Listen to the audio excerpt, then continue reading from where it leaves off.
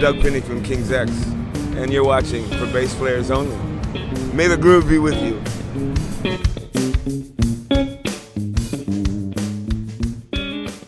Hi everyone, John Liebman here. You're watching For BassPlayersOnly.com. We are back at the 2020 NAMM show at the Tech 21 booth with our old friend Doug Pinnick. Hey Doug, how are you? Hello again. I'm great, just a year older and having a good time making music and doing what I love to do. Well, that's what it's about. I know we did an interview just about a year ago. Yep. We don't usually do a follow-up that soon afterwards unless there's big-time far-out news to talk about. Big time. Big-time far-out news. So tell us the news. I know you got a new record coming up that you're working on. Bring us up to date on where that stands. Yeah, we just finished a new King's X record.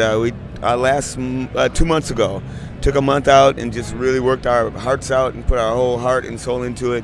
It's about been 15, 16 years since we had a record out. So we're real happy about this, and all the King's X people that love King's X, they're really excited. And I hope we don't, I don't believe we're going to disappoint. I hope we don't. It's everyone else's choice to like or hate or whatever. Well, why would you even have that thought? Because I'm just like everyone else. You know, I doubt myself. Paranoid? I'm paranoid. I doubt myself like anybody. Any red-blooded human would do. You doubt yourself. If you're 100% confident, you become one of those people that can't be touched and can't be told, and in your demise is everybody leaves you. What's the title of the record? We don't know yet. Okay. We have a couple names, but I don't want to throw them out. You know, I found out that if we threw the name out, there are bootleg companies that will put an announcement out, King's X, new album, blah, blah, blah, and start selling pre-orders. Just making it up. And that's the kind of thing that can make one really paranoid, you know? Yeah, well, that can make record companies very paranoid. I'm not making any money. Nobody makes money off of records anymore. What can you tell us about the record? Would you say 15, 16 years since the last one? Yes. So how is this one different, or what's new about it, or anything else? We have 17 new songs. Every song is drastically different from the other, but it still sounds exactly like what you want to hear from King's X, I think. We put a lot of time in the songs and we approached it like we did Gretchen, as just really spending a lot of time and putting in the kitchen sink and having a good time with it. It's not a rehash of the old album, but I mean, we've moved on and we're, trying to push the envelope as always, like any musician would do. So we hope people love it. It might be a triple album record, I don't know. Is it safe to say that we can expect to see it sometime in 2020? I've been told when I ask, when are we going to put it out, guys? I go, tell everybody 2020. Okay. It's done, though. We just have to have it mixed and work out all the details. Want to make sure everybody gets to hear it, want to do it right. This day and age, it's difficult to put music out and really get people behind you, get people to hear it, Sure. people to know what's going on. So, it's a learning curve. We're old school. Send us a copy, and we will tell all these nice people here, the whole bass community. Let's talk about your gear. What do you play? Okay. I think you're playing Schecter. Obviously, you're playing Tech 21. Right. Bass, strings, amps, effects. Jump in anywhere. DR strings, best strings in the world. Been using them for 35 years, I think. Tony at DR Strings, the greatest guy in the world. Best strings. Schecter guitar, Anthony and Michael and everybody else there. Wonderful people. They just give me these basses and I play them, and then we put my name on one of them and sell them to people, and it's just awesome. What can you ask for? In Tech 21, we're still here doing my amp and the dUg pedal, and dUg pedal's doing really good. It was #1 pedal in Bass Player magazine and #5 top selling pedals in Sweetwater. And Mike Inez and Jeff Ament from Pearl Jam told me that they were the best distortion pedals they've ever used. They can't endorse us because they're like rock stars, and you can't go out and do that. They have to get paid for it, and management and all that kind of stuff. It becomes very political, so I've never asked them to say anything about it. But they tell me, and I can tell people. Robert DiTrulio said the same thing. He loves my pedal. Said he couldn't use it on the new album because of the Metallica endorsement thing. But it was awesome just to know that my peers and friends like what I'm doing. Yeah, I just interviewed Mike Inez last year, actually. They were getting ready to go out to Australia or whatever, the whole great big long tour. I want to ask you, I don't think we've ever touched very much on bass technique. Yeah. People know us for Bass Players Only. They have known us since the beginning for all of our interviews. And more people are starting to come to us now for our online bass instruction. People are learning bass online right here at ForBassPlayersOnly.com. I need to get on that. I'd love to show some people some things.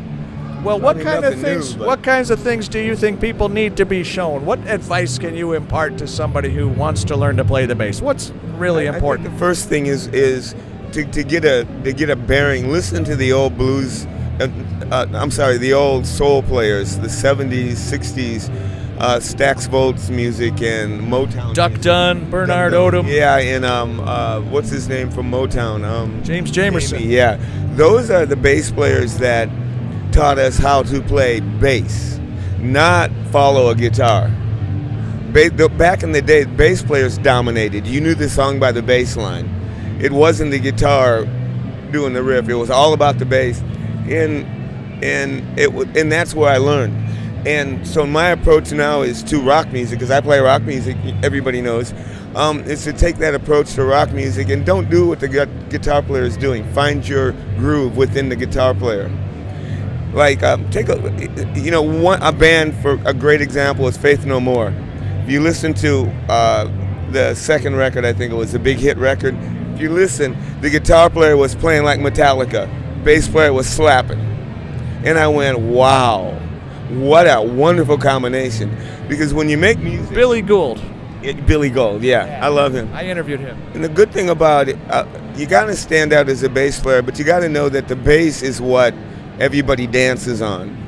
The band doesn't dance on the guitar. The band dances on top of the bass. The drums keep the timing. He's the guy, the cornerstone. The guitars, keyboards, they just dance on top. They're not the dominants. They're just not. And it's become that in a lot of metal music and rock music. And it's annoying when you put a record on and all you hear is guitar. And the bass is so far in the background you can't hear it. And it's because bass players aren't playing anything unique. And the thing about when I'm playing bass, I don't like to play what the guitar player plays. I like to make my own thing up. If you listen to new KXM records, I'm doing my own thing and George is doing his thing. And when we were mixing, in the beginning, there was no bass in the mixes. And I had to sit down with the engineer and go, my bass lines make up the chord of what the guitar player is playing. It's like a keyboard. You play top and bottom, they come together. When I play that F sharp, it's because I'm making a dissonant note with that guitar and creating another thing. If you don't bring it up, all you got is this guitar riff. I go, you're gypping the people. And why don't we have enough bass players anymore? Because you can't hear them. They're not inspired because there's nothing there to listen to. But sometimes, I agree with what you say completely, but sometimes you do have to play with the guitar and do what the guitar player is doing, whatever the song calls for. Am I right? Yes and no. It's good to play with the guitar every now and then if it's appropriate and that's what's needed. Right. But I found out that even some of the craziest riffs a guitar player can come up with, I can still do a counterpoint. It's like the riff does a 4-measure riff. The guitar player does a 4-measure riff. You can play half the riff with him and they doing your own thing, do a couple of open strings or something and let him do his thing. And when you put the combination together, you've got a piece of music. You know what I'm saying? You still got to weave in and out. But and it's very important. And like I said before, do your own thing. Now with the KXM record, if you listen to it, there's a couple of songs where I'm playing exactly what George is playing. Pretty much George is playing what I'm playing because I'll make up a riff and then he'll play the riff with me. But vice versa, it's okay to play those riffs together. Led Zeppelin, Jimi Hendrix, very, very important. But it's not always the thing you need to do. Because if you don't do it, then when you come to the riff to do it with everyone, it becomes bigger, it means more, and it's something you go, oh, whoa, and then you go, yeah, I remember that riff, and it makes you want to jump. Bottom line, where you put everything. Yeah. But I always say stop following the guitar because it is such a 99% of the bass players that I've listened to on records that I listen to are just playing along with the guitar, and they're not very loud in the mix. I like that. So bottom line, do your own thing, be independent to whatever extent it is appropriate Right. and fits the music. Sometimes you have to do a little more of this, sometimes you have to do a little more of that. Robert from STP is a true example of that. He is one of the best bass players in the world. It's another Schecter player, as a matter of fact. Yes, I love that guy. We hang out, talk. He's just amazing. Thank you for that good advice. You're welcome. And I hope you all were listening. I really like that. And a shout out to all of the members that signed up this week to our online bass lessons at ForBassPlayersLonely.com. Yes, welcome. Hey, if anybody wants any bass lessons, Jay, send them a message and let me know. I'm up for it. Okay, cool. I just don't know what to do it. I just kind of, we'll hang out and talk. I'll tell you some stories. One step at a time. Seriously, it's great to have all you new folks from various places around the country and around the world join our worldwide community, and we're glad to have you learning bass online with us. Hey, Doug, it's always great. We'll keep it short now because we've got so much great information about you. I don't know how many times we've interviewed you. It's been quite a few, and I always enjoy hearing new stuff from you and getting together. So let us know when that record comes out. Right. Send us a copy. We'll share all that good information with everyone here. Will do. On location at the Tech 21 booth at the 2020 NAMM show with our good old friend, Doug Pinnick. I'm John Liebman. You're watching the #1 site for exclusive one-on-one bass player interviews, and now more and more people's favorite site for learning bass online. That's ForBassPlayersOnly.com. Once again, I'm John Liebman. Let's play bass. Yeah.